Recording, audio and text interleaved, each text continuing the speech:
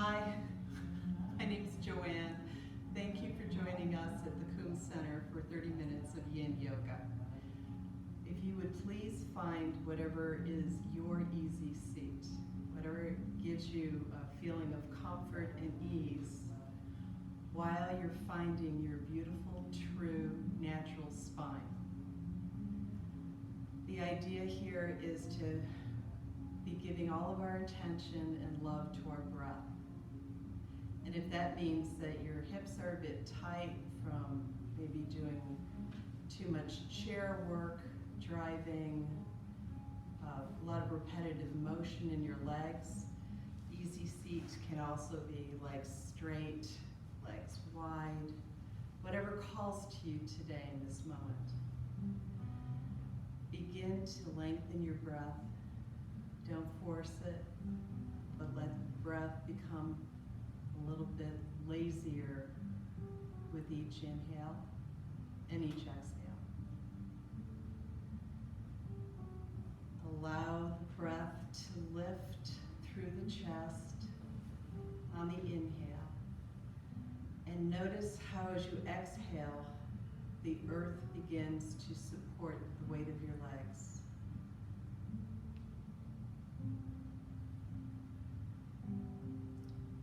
Relax the skin on your temples. Let your eyes droop and your vision become soft.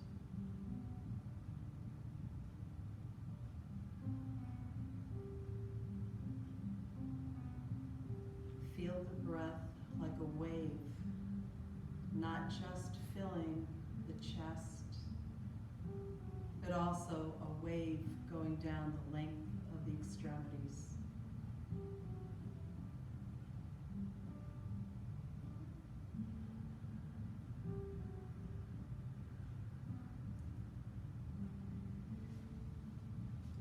Now, place one of your hands on your belly, in fact, both of them on either side of your belly.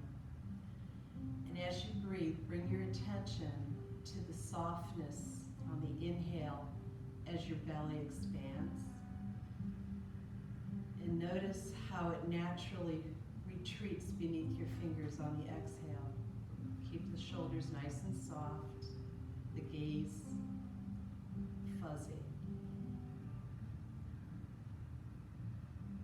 Give some love to the sensation of the belly expanding both in front of you and massaging your spine.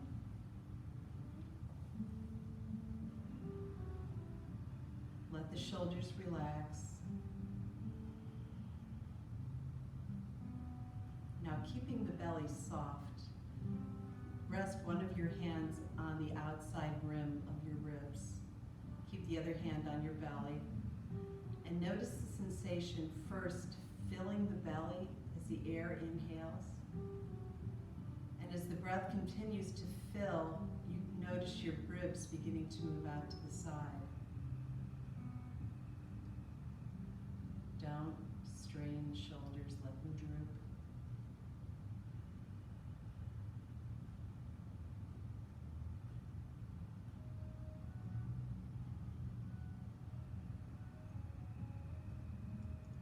Let the belly expand first, then the ribs, then the shoulders.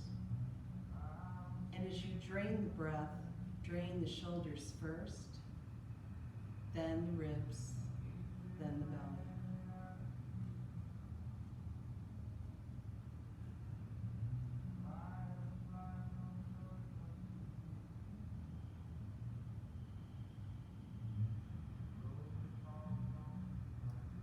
Take the hand that's on the ribs and let it rest between the collarbones. Fill the belly first, then the ribs. Lift the collarbones, keep filling the breath. Then let the collarbone retreat. The ribs come closer, cradling the heart, and then the belly withdraw beneath the hand. One one more inhalation.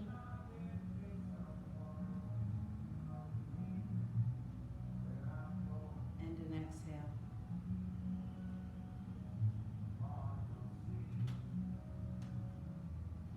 Softly open your eyes and slide forward on your belly. And our first shape is going to be called crisscross arms. At first, what we're going to do is we're going to start and have our right arm be closest to our heart. So typically I'll just come forward and then slide my right arm underneath my chest, and then my left arm, forearm, becomes a cradle. And rest your forehead on your forearms. If that is too radical an angle for your body, you can use a blanket or a towel to pad the distance so that you're not creating undue strain on the neck. So take your time, use your props.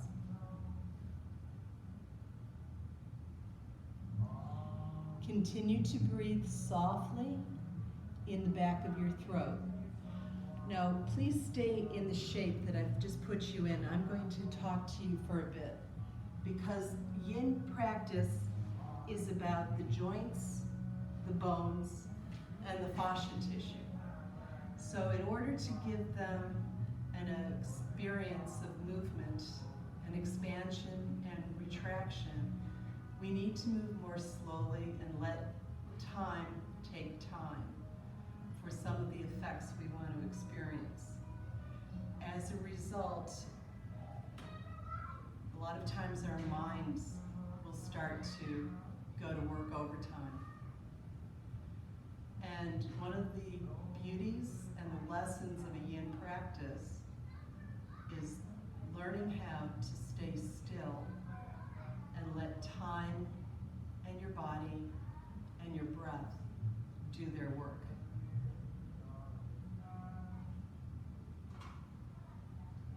We're going to stay in this shape for about another 15 seconds.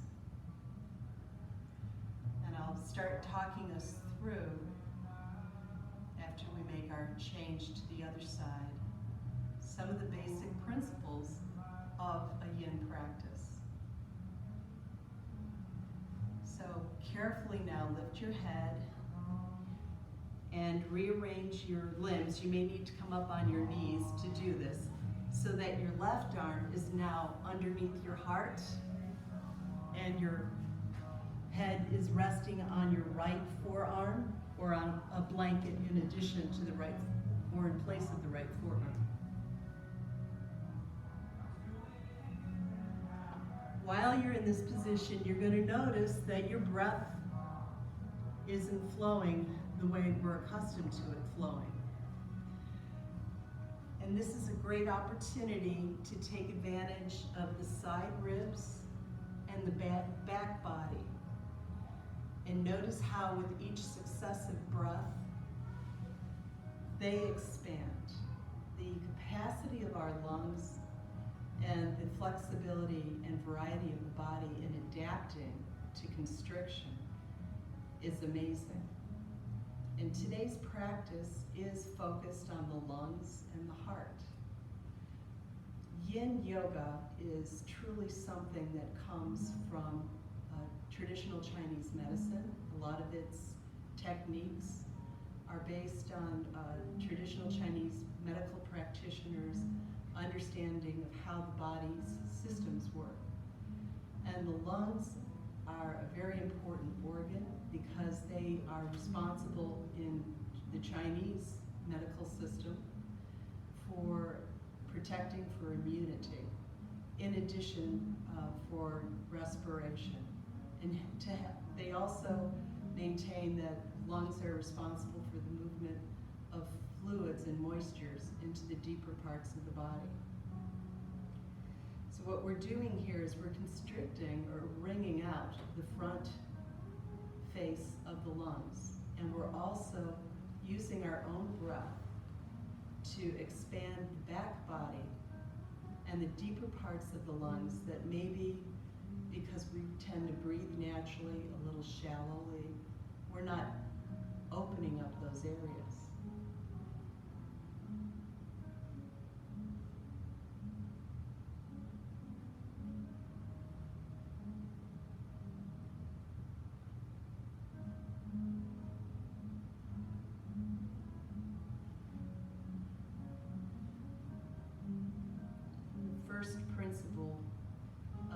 practice is as you move into your pose or your shape. You're supposed to move in with the appropriate amount of depth or intensity. And so what is the right amount of intensity? I would call it about 80% of what you know or you suspect you can do. The idea is to feel something in your body, and hopefully you're experiencing something right now in your left shoulder and upper arms, but it should not be pain. So carefully remove your arms from underneath your body and continue to lie face down, but bring your arms alongside your sides. So you're lying belly down, forehead down, and just feel the echo of the shape that you've been using. See if you can feel a little bit of a bounce going on in your body as things rebalance. All right, carefully now, let's move our knees underneath our hip sockets. We're going to go into melting heart. It's also sometimes called puppy pose. And the way we enter this is we begin in tabletop.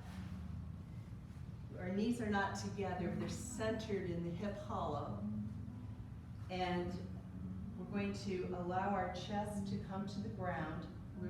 The object is to try and keep the hips pretty much over the knees and prevent the hips from drifting back or forward too much. We're going to sink our heart to the mat and allow our arms to go in front of us. Now, if this is intense on your nose because it's sticking into the floor, please bring a folded blanket and use it to support your forehead. If this is too intense, if that degree of forward fold is too intense for how your body feels today, you can use a book, a couple of blankets to support your head. But the objective is to try and have your heart make contact with something. So if it's not making contact with something, use your props, a blanket under your heart, a book under your forehead, to allow that sense of connection with the earth.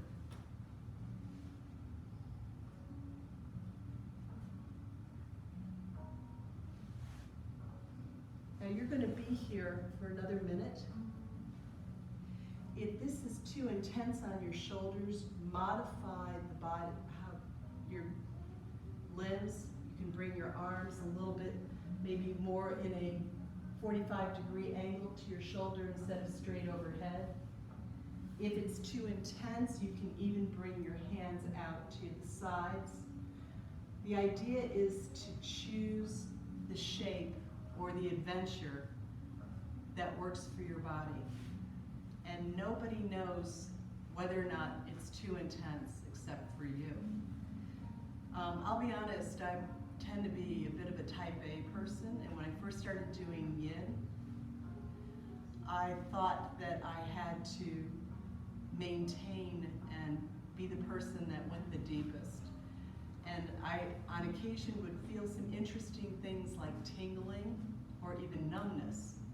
And I thought that meant I was making progress, and actually, no, that's what we call pain, and you should not be experiencing that. So recommit to a slightly different shape to avoid those sensations.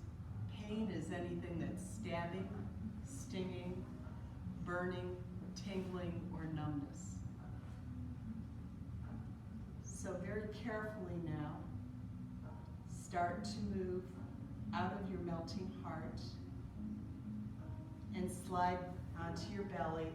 Bring your arms down by your sides and give your shoulders a chance to rebound a little bit from this.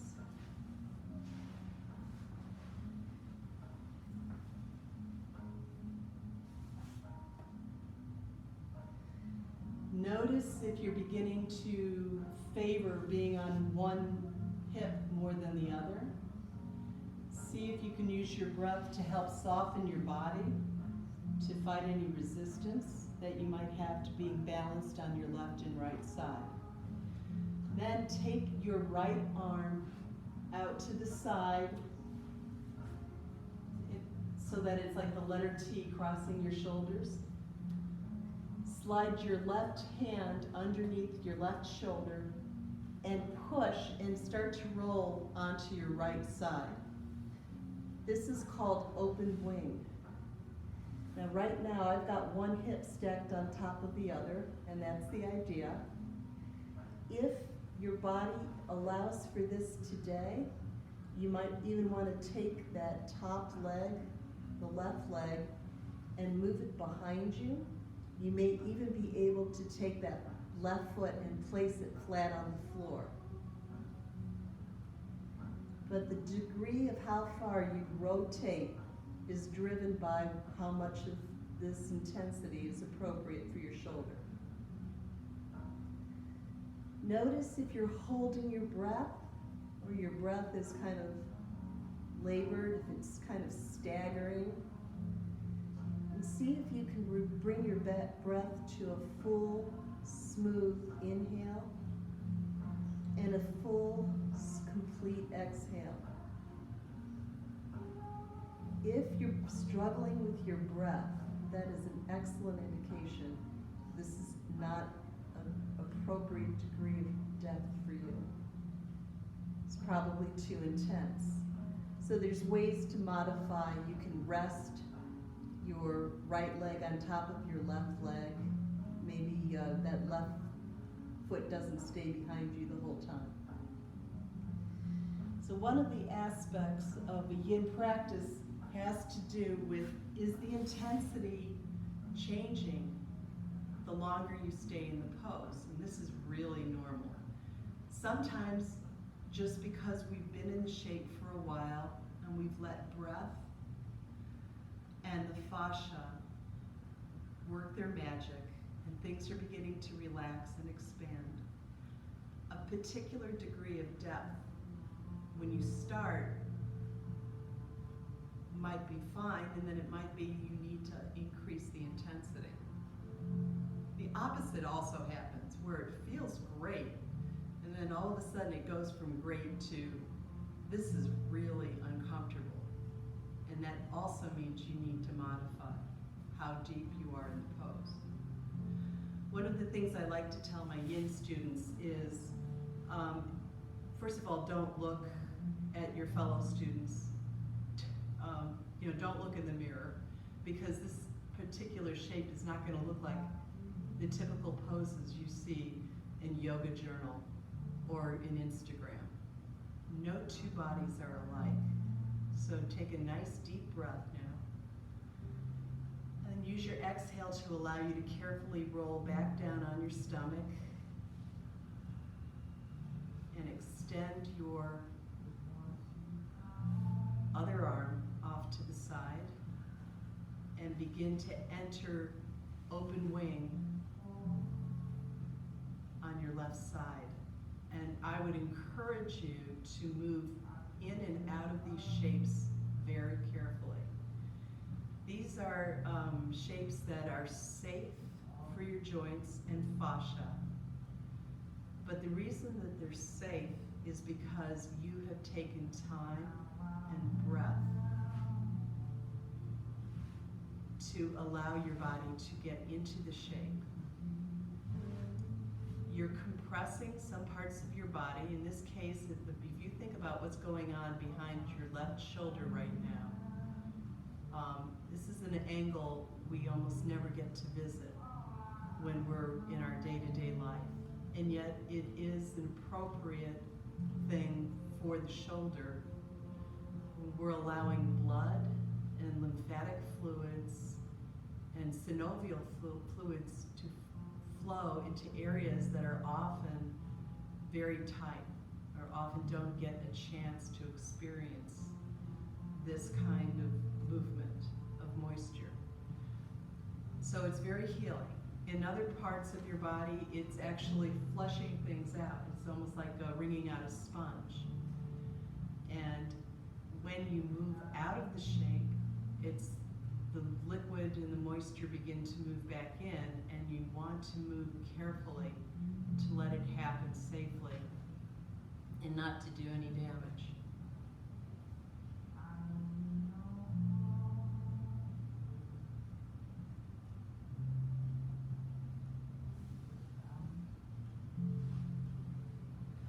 Continue to use your breath. If you're noticing as you sit or lay in your particular shape, the longer you're there, the more you may notice that, oh, I'm actually kind of clenching one of my butt cheeks.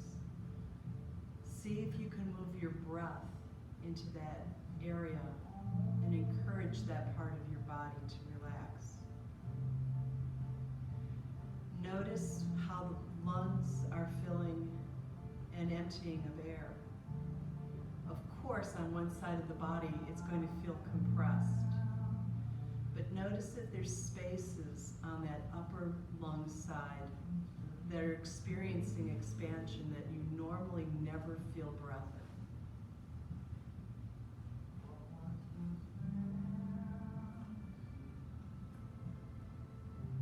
So very, very carefully now, roll face down and stack your hands on top of each other, resting your forehead on your hands.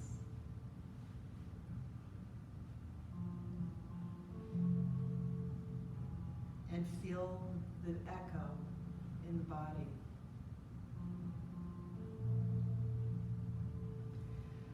All right. Let's find our way into Sphinx Pose, which is sliding your elbows underneath your shoulders. You're going to be feeling a slight tightness in the lower back and an opening in the chest area. Keep the shoulders pulling down. Use the shoulders to actually press the elbows into the ground. Use your own energy to press more of your body weight across the length of your forearms through to your fingertips. Your gaze is steady on the ground about 2 feet in front of you. If that is too intense on your back of your neck, lengthen the muscles on the back of your neck by slightly tilting the chin down. See if you can relax your gluteus and notice where in your lungs you feel a release.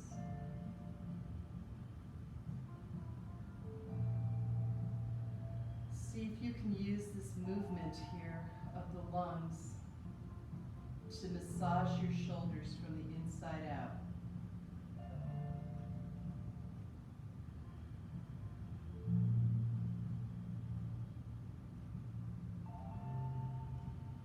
Now take your hands and press up into them. Allow them to go a little bit wider than your shoulders. Fingers are off at about a 45-degree angle. This is seal pose. If this is too intense on your lower back, you can come back down into Sphinx. Another adventure for your body, if Sphinx is too low and seal is too high, you can use your blanket underneath your forearms to increase the angle in your low back.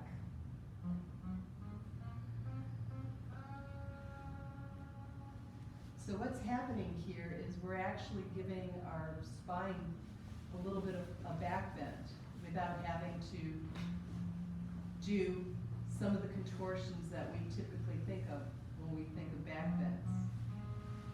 That means that the space between the vertebrae as they're facing towards the heart is opening, and the space between the vertebrae on the back side are actually compressing. And if you realize that each gap in between the spine, in between the vertebrae, is a joint. The joints have synovial fluid in them and cartilage. And cartilage is something that needs the fluid to stay moist and flexible. So if you're not getting a full range of motion in the joint, that means part of your cartilage is actually starting to dry out, and that'll cause it to degrade over time. Notice how your breath is actually softly massaging the vertebrae. As you breathe into the ground, you can feel the spine slightly shift. Notice how the ribs get further apart from each other as you inhale, and how they come closer together on the exhale. Now, let's slide onto our backs carefully. Move very carefully between each of these. Moving slowly and honoring what's going on in your body in yin is incredibly important. As you lie on your back, let's bring our legs, our thighs up to our chest, knees bent, and let's give our legs a nice hug and use the thighs to actually push the air out of our lungs. Keep the right knee tight to your chest and straighten out the left leg. And then allow the right arm is straight off to your side, palm down, and we're going to let the left knee begin to rotate over towards, the right knee towards the left side. And this is where a prop, a book, a sofa cushion could be used as you rotate that knee to your left. You may actually find that you're coming up on your left hip. And keep the knee high. Don't let the knee drift down below the waist if you can help it. And allow the knee to rest either on the ground or on a prop. Hopefully you're feeling an opening and a twist in your lower right back. Notice where you're holding your body, where you're clenching your body. And see if you can't coax that part of your body to yield to the support of the earth. In Chinese traditional medical practice, the lungs are an important part of your autoimmune defenses. It is called the tender organ because it is the organ where the outside world and the interior meet.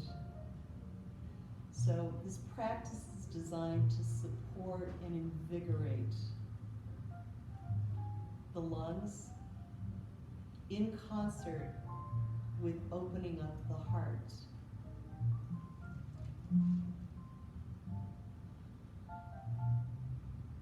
So bend that right knee back into your chest and begin to roll back onto your back. Keep your right knee in your chest and then bring the left knee alongside it. Lengthen the right leg now. Find your prop if you think you might need it, because we're going to repeat the supine twist on the other side. Now the right knee is beginning to go towards the left knee is beginning to go towards the right side. And you may notice that your shoulder on this side is different, not at all unusual. Typically we have asymmetry in our bodies. So at this point, I'd like you to be thinking about that three-part breath that we practiced the first moments here. And see what it feels like now to fill your belly, then your ribs, then your chest.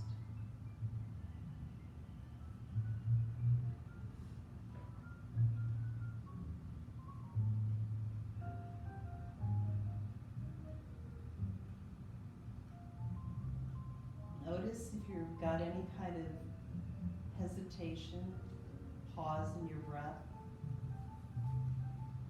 See if you can coax it to be smooth and complete, the full length of the inhale, the full length of the exhale.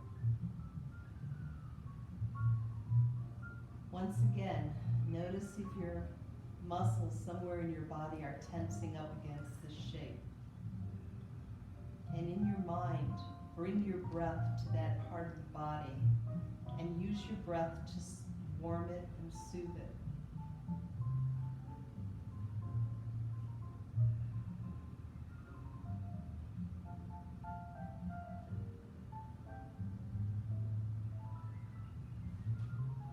Very carefully now, bring that left knee into your chest and carefully roll onto your back. Straighten both legs. And take a blanket or towel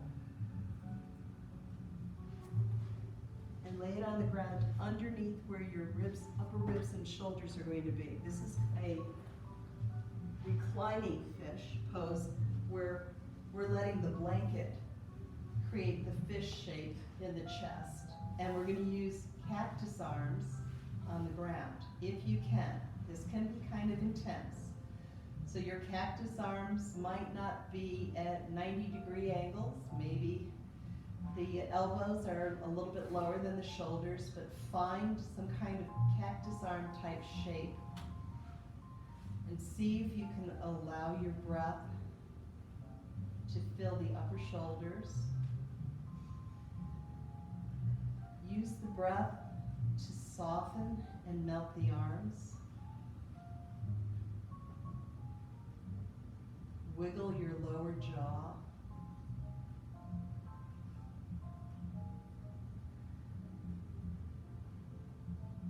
And with your next inhale, I'd like you to feel the air filling the space between the front of your heart and the front of your ribs. Filling the space below, on either side and behind your heart.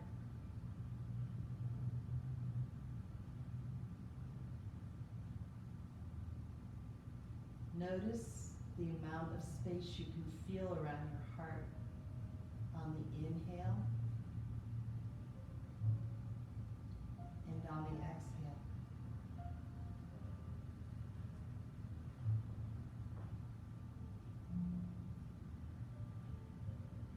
Can you feel your heart beating?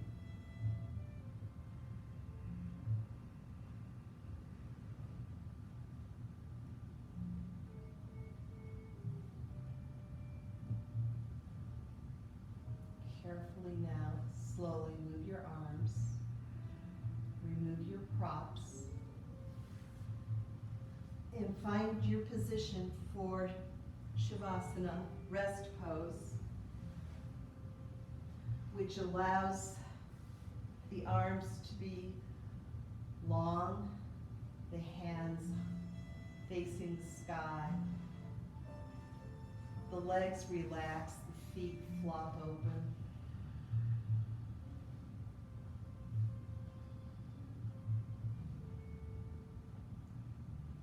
Use your breath, the sound of your breath, to find your way into deep relaxation here.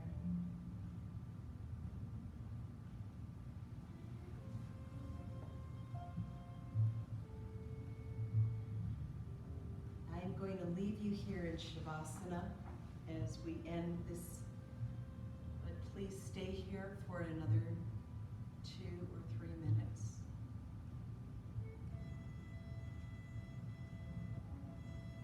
And remember that as you practice yoga, we here in the Coomes community are also fellow travelers on your journey. We thank you for joining us. The highest